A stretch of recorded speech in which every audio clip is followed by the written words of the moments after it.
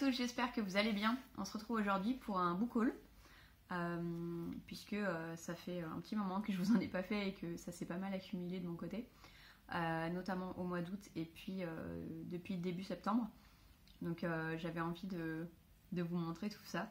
Donc c'est pas classé dans l'ordre, c'est un peu voilà, comme ça vient. En tout cas je suis contente parce que j'ai acheté beaucoup d'occasions aussi, donc pour les porte-monnaies c'est un petit peu mieux.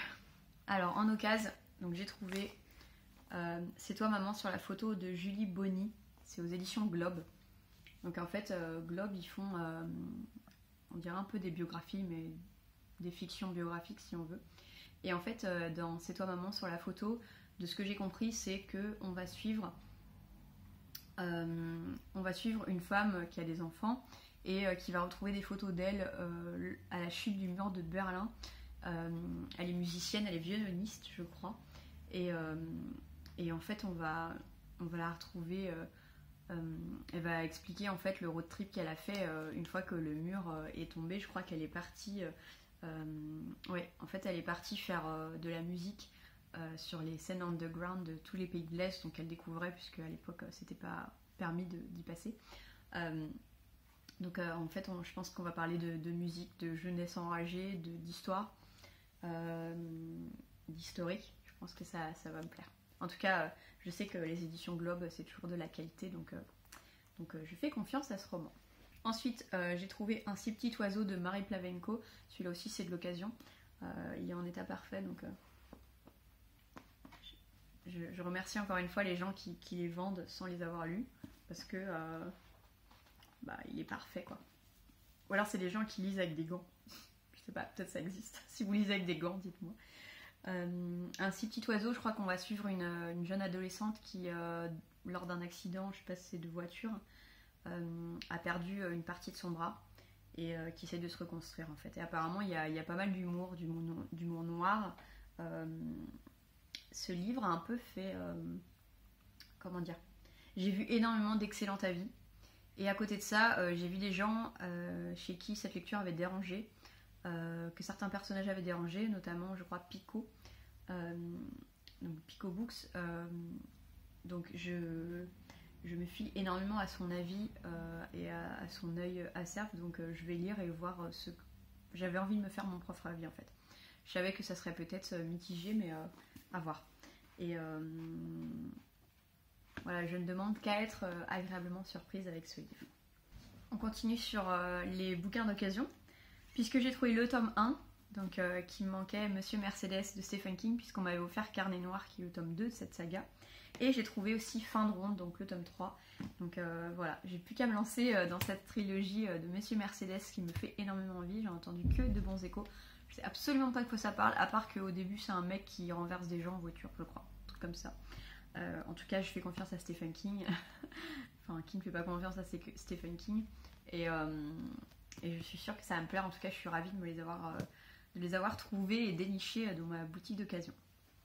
Alors, j'ai aussi fait une super trouvaille, puisque j'ai trouvé les 3 premiers tomes. Honnêtement, il y avait aussi le tome 4, mais il n'était pas en bon état, donc j'ai pas pris. J'ai trouvé... alors, j'essaie de voir... Je crois que c'est celui-là, le tome 1. J'ai trouvé les 3 premiers tomes des Chroniques des Clifford, donc qui est la fameuse saga familiale de Jeffrey Archer, celle qui est extrêmement connue, qui est best-seller aux États-Unis. J'ai offert le premier tome à une de mes amies, Caroline, qui m'a dit qu'elle avait beaucoup aimé. Donc en fait j'attendais un peu son avis avant de me le procurer. Et comme elle a beaucoup aimé, moi je me dis allez go, je crois qu'il y a 6 ou 7 tomes, donc c'est quand même une grosse saga. J'aime beaucoup les sagas familiales. Derniers exemples en date, j'ai adoré Les Immortalistes par exemple, que je vous conseille à 100%. Et donc j'ai le tome 1, alors celui-là c'est le tome 2 je crois, et celui-là c'est le tome 3. Je suis pas sûre de moi honnêtement, mais en tout cas ils ont tous une couleur différente, et ils sont en très bon état, c'est au livre de poche, donc c'est de Jeffrey Archer. Bon, tout le reste c'est du neuf.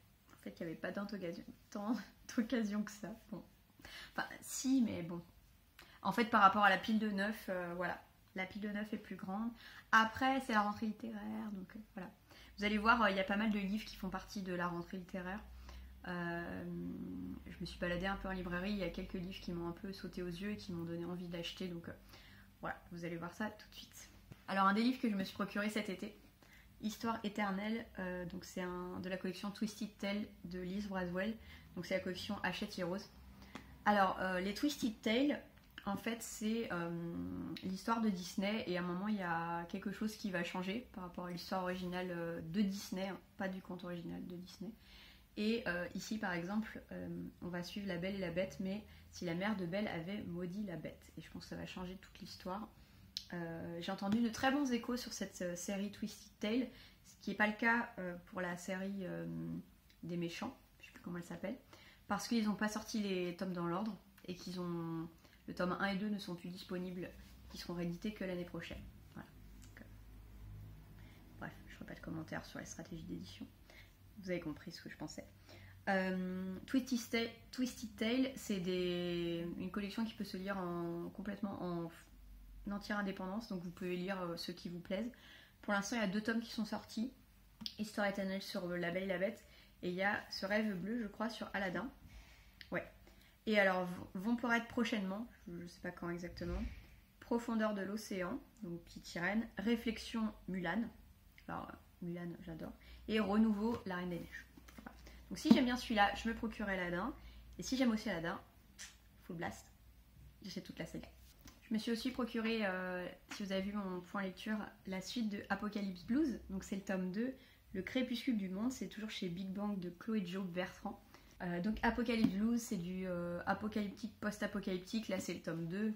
On suit des adolescents qui essayent de survivre. J'ai même beaucoup aimé le tome 1, que j'ai trouvé hyper sympa, hyper frais. Et comme je vous dis dans mon point lecture, c'est un énième apocalyptique, post-apocalyptique, mais un très bon. Donc c'est vu très positivement de ma part. À voir, mais ce qui est sûr c'est que ça fait partie de mes objectifs en fait. J'en ai marre de laisser traîner des sagas, dans le sens où j'aime le tome 1 et j'achète pas la suite. Soit j'ai aimé et je suis suffisamment investie dans l'histoire et j'achète la suite rapidement, soit je laisse traîner, ça veut dire que je suis pas investie dans l'histoire et que peut-être je vais me débarrasser du tome 1 parce que bon, j'ai aimé mais ça va pas plus loin que ça. En tout cas pour celui-là je voulais le tome 2.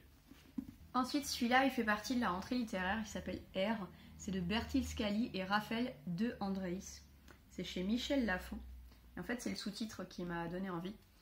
Écologie, la démocratie a échoué, l'heure de la dictature est venue. En fait, ici, je crois que c'est une dystopie. Mais c'est une dystopie écologiste, dans le sens où ils ont mis en place une espèce de dictature écologiste, où si on se retrouve sur la liste des pollueurs, qu'ils appellent, je crois, les carbones... je sais plus trop. En tout cas, il parle d'un écocide, donc tous les gens qui ont été responsables en fait du désastre écologique qu'on vit actuellement ont été jugés. Voilà, disons que on est dans la dark side hein, de tout ce qui est en train d'être en place par tout le monde pour essayer d'améliorer un petit peu la situation. Mais c'est intéressant et j'ai envie de voir comment ça va être fait. J'ai l'impression, voilà, la liste carbone, j'ai trouvé. J'ai l'impression que c'est fait sous forme de thriller, que le mec va être recherché, je sais pas trop. À voir. En tout cas, je suis contente de voir un zeppelin, parce que en général, j'aime bien les histoires avec des zeppelins. Je sais pas pourquoi, mais dès que j'en lisais un, j'aimais bien. Donc voilà, R, en tout cas, il me fait assez envie. Ensuite, je n'ai pas pu ne pas prendre Féline de Stéphane Servan, on y arrive. C'est dans les éditions épiques chez Rouergue, tout simplement parce que c'est Stéphane Servan, que j'ai adoré Sirius, mais alors adoré, je continue d'en parler alors que c'était il y a 2 ans. Et donc c'est son nouveau. Ici, je crois qu'on est sur des adolescentes qui vont muter et avoir des poils. Donc Féline, je pense qu'elles vont se transformer en un animal un peu sauvage, mais en gardant l'humanité. J'ai entendu d'excellents échos de la chaîne de Stéphanie de la chaîne Pikiti Booking sur Instagram, donc je crois pas qu'elle ait fait de vidéo encore. Mais en tout cas, ça me tente énormément. Et j'ai encore 2 livres de Stéphane Servan dans ma pile à lire. Mais c'est ceux qui ont été publiés avant Sirius. Donc je pense que je vais lire celui-là d'abord, alors les plus récents, et puis après je lirai les anciens. En tout cas, il me fait trop envie. Et cette couverture, je suis obsédée par le jaune. Je sais pas si vous voyez avec mon petit fauteuil. En ce moment, je veux du jaune. Voilà. Pourquoi pas, hein. Alors un autre roman que je me suis procuré pour la rentrée littéraire qui me faisait envie, À crier dans les ruines de Alexandra Kozelik, je suis désolée pour la prononciation, c'est Aux forges de Vulcan. Vulcain, de Vulcain. Je suis fatiguée, hein. Aux forges de Vulcain. Et en fait, celui-ci, ça m'a fait envie parce que on est à Tchernobyl, voilà, en 86, et qu'on va suivre deux adolescents qui sont amoureux et qui vont être séparés à cause de la catastrophe de Tchernobyl. Et depuis que j'ai vu la série, la mini-série là, de HBO Tchernobyl, que vous devez absolument voir, c'est glaçant et fantastique à la fois. Je suis très intéressée par ce genre de questions, en tout cas j'ai envie d'en savoir plus, donc là c'est une petite fiction, mais je pense que ça peut être pas mal. Ensuite, si vous avez vu mon dernier point lecture où je vous disais à quel point j'ai eu un coup de cœur pour les chroniques de Sainte Marie, eh bien, donc comme je vous disais, j'achète les sagas, la suite tout de suite. Je me suis pris le tome 2 qui est d'écho en écho et le tome 3 qui se nomme Une seconde chance des chroniques de Sainte Marie. J'aime bien parce qu'à chaque fois on voit en fait des bâtiments et donc parce qu'en fait on parle de voyage dans le temps avec des historiens dans les chroniques de Sainte Marie et donc en fait on peut deviner, parce que j'ai pas envie de lire les quatrièmes, on peut deviner dans quelle ville ou pays ils vont aller. Par exemple là ça fait un peu une grande cathédrale, peut-être Moyen-Âge. Et ici, on a un cheval de Troie. Donc, j'ai hâte de voir ce qui va se passer à Troie. En tout cas, le tome 4 sort fin septembre, début octobre, me semble-t-il. Donc, bon, j'aurais pas lu ça avant la sortie du 4, mais en tout cas, j'ai essayé d'être à jour plus ou moins dans cette saga. 3 petits romans poche, toujours en neuf. J'ai trouvé Tout ce dont on rêvait de François Roux. Ça, c'est un peu sur nos générations, parce qu'on va parler des années 90, donc c'est ma génération personnellement, avec deux personnages qui vont tomber amoureux et puis on va les suivre un peu de nos jours avec la vie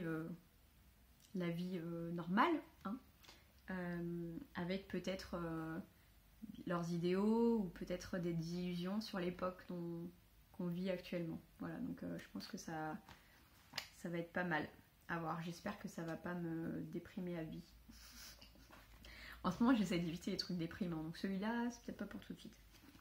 Pareil pour celui-là, encore plus pour celui-là. Il s'agit de Troisième Humanité de Bernard Werber. Alors, faut savoir que j'ai jamais lu Bernard Werber. Ouais, je sais, la honte. Pourtant, j'adore la science-fiction et les sujets scientifiques dans les romans, donc je pense que c'est pour moi, Bernard Werber. Si vous en avez lu, n'hésitez pas à me dire ce que vous avez adoré, que vous me conseilleriez. En fait, le problème avec Bernard Werber, c'est qu'il a tellement de sagas, je sais pas par quoi commencer. Donc, j'ai choisi celui-là parce que ça avait été présenté par Jess sur la chaîne Les Passions de Jess. Apparemment, dans celui-là, on va parler justement de l'écologie, on va parler de l'humanité, hein, de ce qui se passe un peu, de ce qui s'est passé avant nous, de ce qui se passera après nous. C'est une trilogie en 3 tomes, une trilogie, hein, donc voilà. Je sais pas ce que j'ai aujourd'hui, c'est un petit peu bizarre, hein, je dis n'importe quoi, enfin bref. Ça me faisait envie, en tout cas Jess en a très bien parlé, donc je pense que ça va être intéressant. Par contre, pareil, je le classe dans les lectures un peu déprimantes, donc pas pour maintenant. Et enfin, petit livre rentrée littéraire en poche que j'ai trouvé, et que déjà j'ai trouvé beau, et qui m'a interpellée, en fait, il y avait une chronique de libraire. Il s'agit d'Écoute la ville tombée de Kate Tempest. C'est chez Payot Rivage. Voilà, je trouve la couverture magnifique. Je ne sais pas si la caméra va vraiment rendre comme on sait, mais c'est très très beau. Becky, Harry et Léon, ils quittent Londres en pleine nuit, une valise d'argent pour seule ressource, avec la furieuse envie de se réinventer. Comment en sont-ils arrivés là? Que cherchent-ils à fuir? Kate Tempest attrape le lecteur à chaque phrase en évoquant ses enfants du désordre, abrimés par la solitude et les déceptions, avant même d'avoir 30 ans, mais qui s'obstinent à poursuivre leurs rêves. Voilà. Ça m'a touchée, ça m'a donné envie. Moi non plus, j'ai pas encore 30 ans et voilà, je fais un peu bilan ces derniers temps. Disons que quand on rentre dans la vingtaine et qu'on a beaucoup d'espérance, d'idéaux, de choses qu'on se dit qu'on va faire ou de choses qu'on pense être vraies, et en fait on se rend compte que il y a des choses qu'on peut pas changer ou à très petite échelle qu'on peut changer un petit peu mais ça va pas changer entièrement, qu'on peut pas changer un système. qu'on peut essayer d'améliorer mais qu'on peut pas changer un système. Et voilà, j'ai eu des petites claques ces derniers temps. Et je pense que ce livre va rentrer dans ce bilan que je suis en train de faire. Donc à voir. Voilà, c'est tout pour ce book haul qui est ma foi très très long. Je suis désolée pour les cafouillages, tout ça, je suis un peu rouillée. J'espère que cette vidéo vous a plu, n'hésitez pas à mettre un petit like si ça vous a convenu et laissez-moi un commentaire s'il y a des livres que vous avez lus ou s'il y en a qui vous intéressent parce que ça m'intéresse toujours de savoir lequel vous ferait le plus plaisir que je lise d'abord pour que vous ayez une review, que peut-être vous pouvez vous procurer par la suite. Et puis n'hésitez pas à vous abonner si ce n'est pas déjà fait. En tout cas, je vous fais de gros bisous et puis on se voit à la prochaine. Allez, ciao!